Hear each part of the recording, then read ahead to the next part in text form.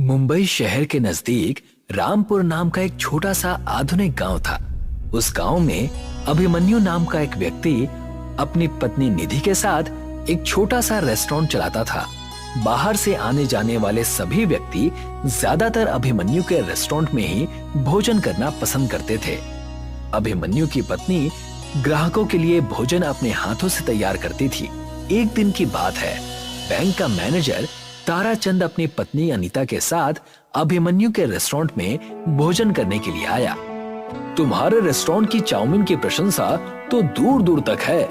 आज मेरी पत्नी का चाउमीन खाने का मन हुआ तो मैंने सोचा कि सीधा तुम्हारे रेस्टोरेंट में ले आऊं। जी बिल्कुल, क्या है कि ग्राहकों के लिए मेरी पत्नी स्वयं भोजन तैयार करती है।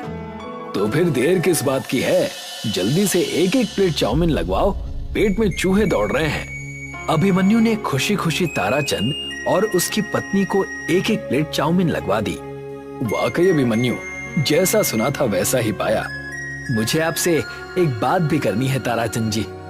इस महीने मैं बैंक की इंस्टॉलमेंट नहीं चुका पाऊंगा। मेरा बेटा मुंबई शहर में पढ़ता है और उसकी इस महीने फीस जमा होनी है।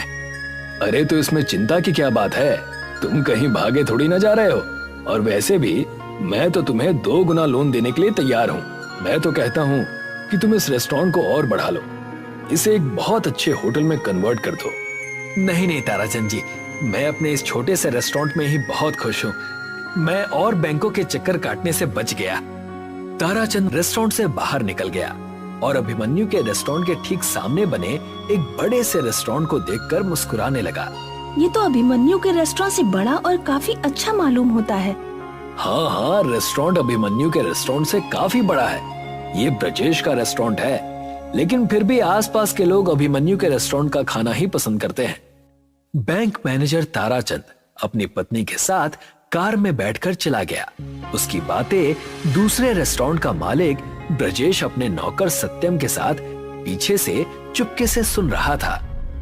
सुना मालिक, एक तो इस बैंक मैनेजर ने आपके लोन की फाइल रिजेक्ट कर दी, ऊपर से ये अभिमन्यु के रेस्टोरेंट के भोजन की तारीफ और कर रहा है, वो भी अपनी पत्नी के सामने, और हमारे रेस्टोरेंट की बुराई कर रहा है।